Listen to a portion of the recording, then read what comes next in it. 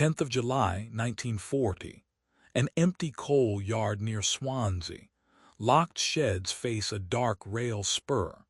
Edith Morgan tests the rust on a door and takes stock. She manages a maintenance depot that exists on ministry paper, but not in any priority lane. Spitfires at nearby fields sit grounded for parts while official depots queue for weeks.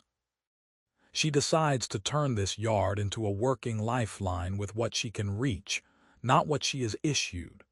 From this choice, the view fixes. What Edith sees, counts, moves, and risks will decide who flies. She walks each shed with a torch and a notebook and marks what can be trusted. The floors are dry. That means seals and fabric will not rot. A side office has a heavy safe and a narrow window that faces the siding, so papers can be kept and watched. The rail spur is quiet but still linked to the main. She steps down into the short coal drifts cut into the bank and finds them cool, close, and out of sight. Crates will fit there. The place gives her cover and storage. It is enough to begin because waiting for permission will lose the month. She has seen the line of fields along the Bristol Channel. She has stood at their fences and watched ground crews strip one Spitfire to feed another, hands quick but eyes tired. No one is idle. The bottleneck is not labor. The missing parts stall the turnarounds. Requisition forms go into a queue. Rationing fixes the pace of the next crate, which can be weeks away. She writes a simple aim on a scrap and tacks it to the office wall where the safe door will hide it. Take days off grounded time. Hours can be luck. Days are a plan. Her first choice is structural. She will not ask for a new line of approval that can be denied. The coal yard will be a shadow depot that receives, sorts, and dispatches under names the railway already uses. The sheds will be the sort lines. The drifts will be the buffer. The office will hold the record. She walks the siding again and notes where a night wagon can stop without being seen from the road. She studies the yard book to learn when empties come through. The plan depends on moving when others sleep. For control, she drafts one ledger, hardbound, plain, and sized to the safe. Each line ties a part to a Spitfire by its serial and a date. She writes columns in pencil. Airframe part, quantity, received, fitted, due again. Next to the main columns, she leaves a narrow strip for a warning mark when a piece is near its life. If a coolant hose tends to fail after a set run of hours or weeks, she will mark that before it fails. She numbers the shelves to match the ledger and tags each crate by hand. Paper will hold the system together when the yard is dark.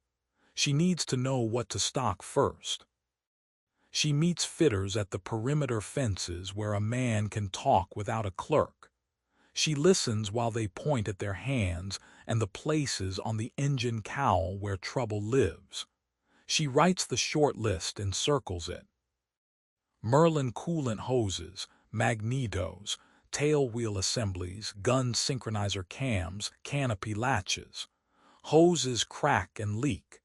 Magnetos fail and turn a full engine into a dead weight.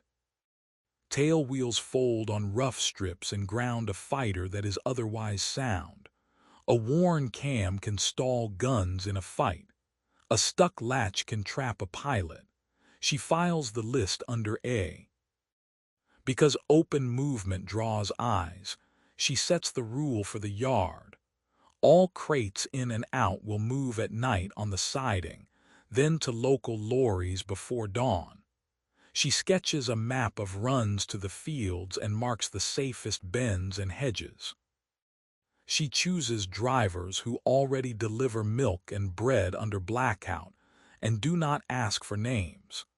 She tells herself to keep the crates plain and the labels general. A crate that says industrial hardware can pass through the course of a night without an extra look. The siding will be a throat that opens and shuts in hours, not a gate that stands open all day.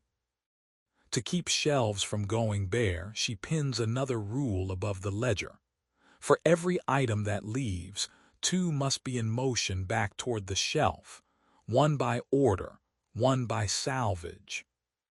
She assigns cards to each part so she can see what is coming, not just what is here. An order card goes into the outgoing post to the official depot. A salvage card is handed to a man with a bicycle and a list of shops that hoard rubber, fittings, and cores that can be overhauled. A garage can yield clamps and hose lengths by bore. A boatyard can yield cable and springs. A breaker's yard can yield a magneto casing that a licensed shop can rebuild.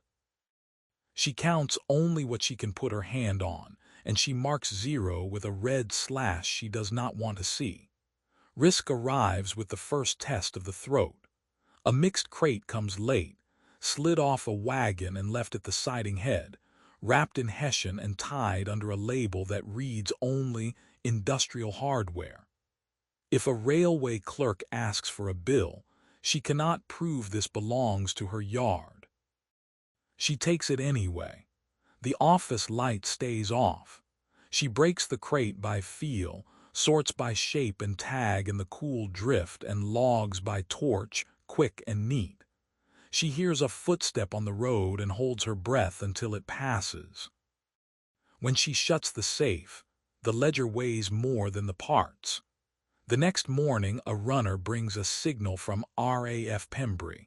3 Spitfires idle for want of coolant hoses. The aim on the wall tells her what to do. She packs a small crate with hoses cut to length, clamps, and 1 spare set. She ties it in oilskin, straps it to a bicycle, and sends it to a lorry that will take the back lanes in blackout. She marks the ledger with the airframe serials given in the signal and a time. Near noon the following day, a second slip comes in through the same runner, terse and square. 3 aircraft returned to readiness. She rides out later and from the fence sees the chalked board that matches the slip. She writes the date next to the aim and underlines it once. 1 day taken back from the ground is 1 more patrol line drawn over the channel. She takes a sheet of packing paper and pins it to the office wall, then walks the map with a stub of pencil in her hand. Red pins mark scrap yards that will sell by weight. Blue pins are small machine shops that can turn a bushing or cut a cam. Black pins sit on rail choke points where a delay will ripple through her week. 2 green pins sit on coastal stores that sometimes shed odd lots when a barge is late. Next to each pin she writes 2 numbers, how long it took last time and how often they kept a promise. Speed without reliability breaks the chain, so she plans by both. When a driver brings word that a night patrol held him 20 minutes at a crossing, she slides the black pin a finger's width and adds a note. Add 10 minutes if fog. Salvage on paper is slow and neat and locked behind offices. She cannot wait for that. She cycles to licensed breakers and offers what she has the right to offer. Coal from the yard's ration when she can spare it. A day of her men to help strip a hulk, a toolbox she can borrow out and return with better spanners inside. In return, a breaker tags serviceable fittings from written-off airframes and sets them aside in a bin that her lorry can lift at night. She takes only what a licensed shop can sign off after overhaul. She writes each breaker's name on the wall map and marks which one keeps his word when it rains. If she asks for tailwheel forks on a Tuesday and one arrives in the fog on Thursday, that pin gets a tick. To keep bad parts out, she builds a bench from rough planks in the closest shed, and wires a lamp with a shade that throws light to the work and not to the door. She rigs a hand pump and a gauge, and puts hoses under working pressure while they sit in a bath. Any weeping line is cut back and flared again. If it still weeps, it is marked dead and set aside for scrap. She clamps magnetos to a stand and turns them by hand while a spark gap tool shows her the arc. If the spark dies or the dwell looks wrong when she checks the cam, she chalks the cover, logs the source, and moves the pin on the map down a line. Bronze bushings meet simple go and no-go gauges she has turned in town. A bushing that swallows the no-go rod goes into a red crate. She trusts the bench because airfields cannot test at the gate. Her test is the last quiet check before a crate moves. Standard parts must fit without filing in the dark. She asks a fitter from a nearby field to stand with her at the bench and draw the truth of the parts in front of them, not the neat shapes in a book. Together, they lay out patterns for hose lengths and tail wheel bushings. They sketch stop blocks and drill jigs that a small shop can copy. She has the jigs made once, stamps them with a letter, and sends them out with orders in the same crate as the first piece. When the next batch comes back, the holes are where they should be and the edges sit square. She writes in the ledger what jig letter went out with which order so a wrong fit has a cause and not just a curse. Because sizes stop drifting, ground crews spend minutes on bolts, not hours with a file. Paper makes the effort real to other people. She copies the fields that matter from the form fitters already know. Airframe serial, hours run, date of fitment, cause of removal. Her ledger mirrors theirs so a phone call can be turned into a line she can trust. She stencils her crates with codes that look like ministry codes, destination letters and item classes that match what a clerk expects, so a crate can pass a casual look at a siding. Her private mark is a small chalk slash in a set place that tells her team where that crate began its life. Salvage, fabricator, or official depot. One night, a railway policeman points his lamp along a row of crates and lingers on the paint. He reads the code, breathes, and walks on. She does not until his steps fade. She sets a last rule on the map with 2 bits of string. Every critical line must have 2 sources, one that can make and one that can strip. Hoses come from a rubber shop that cuts and bonds in Neath, but a breaker in town keeps hose cores for overhaul. Magnetos come from a licensed electrical shop that rebuilds to spec, but she also logs any unit taken off a write-off that can be rebuilt later. When a blast shatters the windows of the rubber shop and the pin gets knocked to the floor, she picks up the second string and follows it to a fabricator farther up the line. The delay turns from a week into 2 days because she laid the line before the glass fell. She adds a new pin and writes, "Tested once, held." Moving parts must not be seen to move more than once. She layers the roots so no single break can stop a day. Heavy lots come in by the siding when the guards change at midnight. Bulk goes out on a hired flatbed that runs a farm name on the door and carries a canvas cover. Last mile runs to field gates are bicycles with crates strapped on and oilskin at the seams. One night the flatbed throws a tire on a rut in the lane, and the driver sends a boy back down the hedge. She hears the knock, counts what sits ready, and sends 2 more bicycles to meet the driver. They split the crate and move in 3 trips. The gate sergeant counts the packages by touch and lets them through. Because she kept weight off any one path, the tire is a nuisance and not a failure. She hides stock where people will not think to look for it. The old coal bays are dark and deep, so she nails false walls that look like slumped coal and paints their tops with dust. Items that would be seized as surplus sit in the farthest drift behind a row of crates that say boiler fittings in thick hand. The rest sits in plain, rows under tarpaulin and old signs that say nails and bolts. One afternoon, a man with a clipboard comes to rationalize stock. She walks him through the bright shed, shows him the ledgers, and stands with her back to the drift wall. He writes down the boiler fittings, nods at the neat rows, and leaves with 2 clamps she offers. The breath she takes after he goes is long and quiet. The loop closes only if the bad parts come back with their story. She prints tags and ties them to every unserviceable unit that returns. The tag asks for cause and hours since fitment.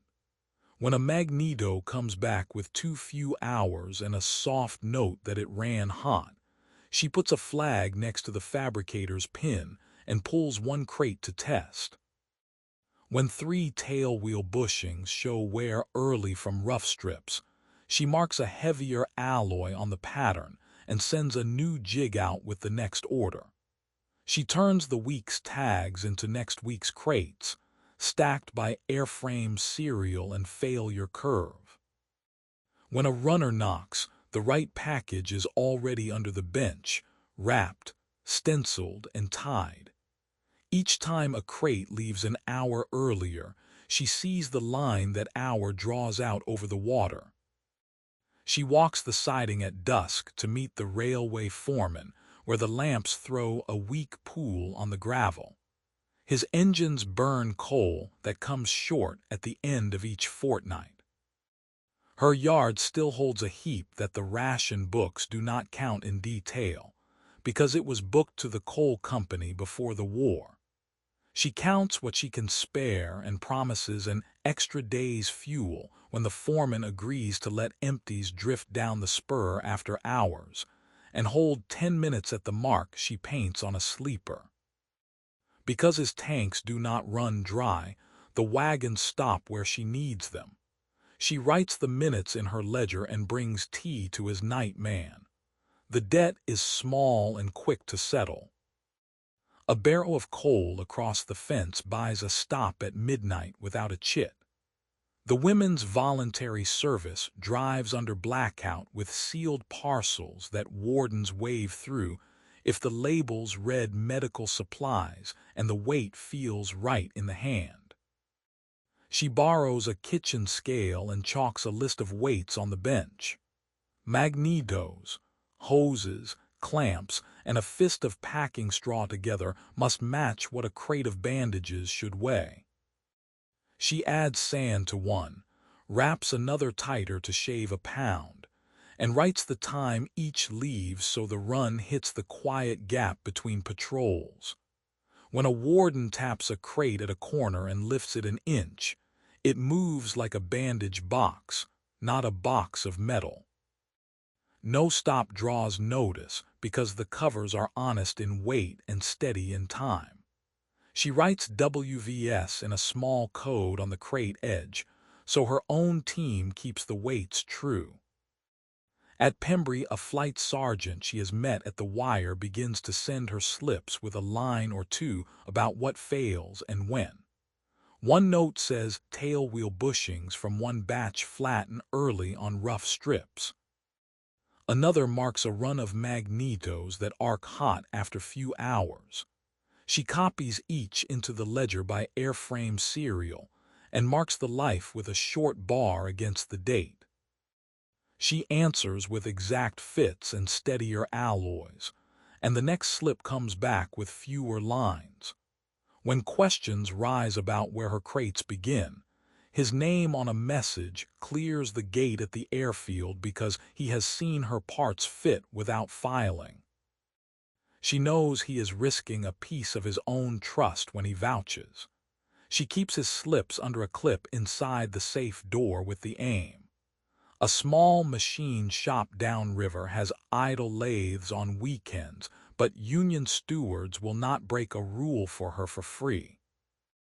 She visits with a pattern for a press guard sketched from a picture in a handbook, and a promise to bring mesh and bolts. The guards go on 2 presses that have cut men before. The foreman tells her on Monday that no one was hurt, and the hands ran longer because they felt less fear under the flywheels. The stewards let weekend work start for bushings and sleeves because they have seen that she trades safety for time, not just words for work. Output doubles in a month without an accident slip across the desk. Her risk with them falls because she has not asked a man to put his fingers near a wheel without a guard. An air ministry clerk turns up one morning with a clipboard held like a shield. He has a list of numbers and little patience.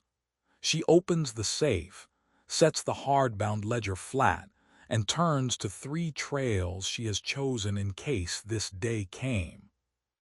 A coolant hose request logged at Pembry, a magneto for another serial at St. Athan, and a tail wheel assembly that moved through both salvage and rebuild. The column's mirror forms 700 fields, received, fitted, hours, cause, and the handwriting is square. She points him from request to crate to fitment by date. He copies the serials, pauses, and writes a line on his form that she can read upside down. No obstruction noted. He leaves with a spare clamp she offers for his bicycle lamp as a kindness and not a bribe. She writes his name and the date by the ledger page so she will remember which trails she showed. When the Swansea Blitz blooms red on the horizon, cinders fall like black snow on her yard. Heat pushes across the tracks and sparks in the grass by the fence. She calls her small team to the drifts and lays boards across the deep cuts, then rubs soot on the boards to match the coal face. High-value stock moves first: magnetos, gun cams, tailwheel forks. Less urgent items stack in the bright shed under wet sacking. Fire wardens sweep the lane with lamps and shout for open doors. She shows them the front rows and a pale line set ready. They see dead-end coal bays because the seams are black and dull. After they pass, she sits with her back to the drift wall and listens to the fires until the roar fades. In the morning she pulls the boards, pries soot out of her nails, and counts. Nothing critical burned because the dark hid it. A week later, a checkpoint stops a lorry near a crossroads where hedges meet. The crate on the bed holds magnetos with a label that shows one depot name crossed out and another written over it. That is a mistake. She rides with the driver because the crate matters. The officer at the barrier lifts the cover and frowns at the edits. She cuts the twine, shows the test tags with dates and spark gap marks, and says she will answer for the lot. He steps into a hut and speaks into a telephone to the airfield named on her stencil. She hears him read out, and then repeat a line from the station's operations record book that 2 Spitfires are grounded for want of magnetos. He returns with his hand flat. The pole lifts. She writes in her pocket book, never cross out an origin. New stencils tomorrow. Rumor moves faster than wagons. A fitter's mate says she is skimming and selling off the best through back doors. She feels the heat of that lie in the space between her team and the bench. To cut it off, she chalks a weekly tally on a board in the shed.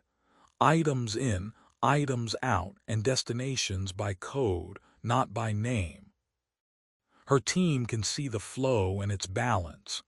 The numbers show order, not theft, and the talk thins. She keeps debts small and fast because favors build the network but can sink it if they grow. A day's coal to a shunter, a spare tire patched for a lorry, a hot pot for a night crew when fog holds them. Each is paid within a day. Nothing lingers in a way that would bend a hand the wrong way. On a wet night, a volunteer courier crashes a bicycle on a rut near a village and cracks a crate. Magnetos spill under a hedge. The boy limps to a door with his cap in his hand. By morning, the parts are gone and the lane is swept clean.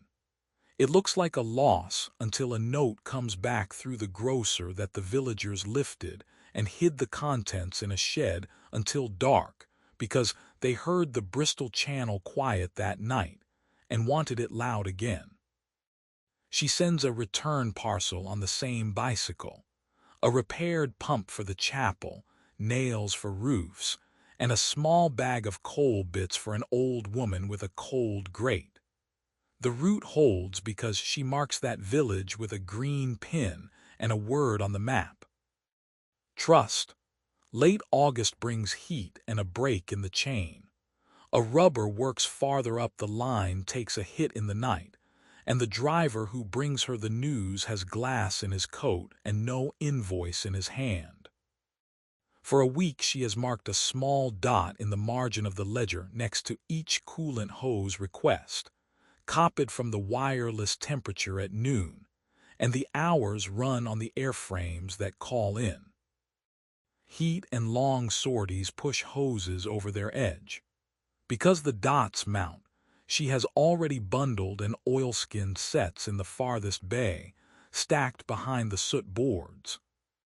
When the pin on the map goes dark, she pulls the bundles without switching on the shed light. She sets weights with the kitchen scale and writes the codes in her square hand. 3 night loads go out in a stagger. First to the siding, then to a van that runs the hedge lanes, then to bicycles that split at a farm gate. The routes point to fields along the Channel coast by the codes she and the fitters use. P for Pembrey, SA for St. Athan. 1 crate pushed east to a relay that carries on past the Severn. In the morning she waits at her fence line and listens. Scrambles come and do not stop for want of a 5-shilling part. She goes back to the office and writes a line under the date. Hoses pre-packed saved a day. The week writes itself on paper. Station records that a runner lets her copy at the wire show more aircraft serviceable than the week before. Her own tally drops grounded time from days to numbers that sit under 24 hours for the squadrons that called. She adds a column for turnaround. Request to fitment by hours, not days. When the curve falls to a short bar and stays there for 4 days, she underlines it and pins the slip that announced the bombed supplier next to the ledger page. Cause and effect are tight enough to hold with a finger. Success draws hands she cannot serve. A telephone at the office in town passes a request from farther east that would strip her shelves. She looks at the red slashes that mark 0 on 2 lines and says no because she cannot reach within 2 days. The voice on the line goes cold.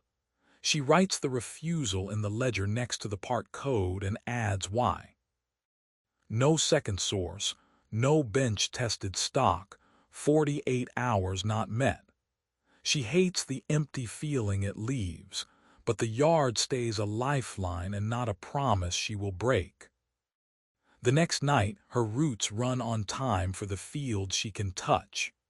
By winter, an inspector returns, the same man who once held his clipboard like a shield. He walks the rows and looks at the soot on the boards without comment, then asks for a method, not a closure. She folds paper on the bench and drafts what she has done in short lines that a clerk can read. Forecast by hours run and heat. Hold 2 sources for each critical line, one to make and one to strip. Test at the bench before you trust a crate. Layer routes and keep weights honest. Record by serial and cause so you can prove the time saved. Never promise beyond 2 days. She writes neat, puts the yard name at the top, and stamps working note on the bottom. He copies it and leaves. Official flows grow steadier as factories recover and priorities shift.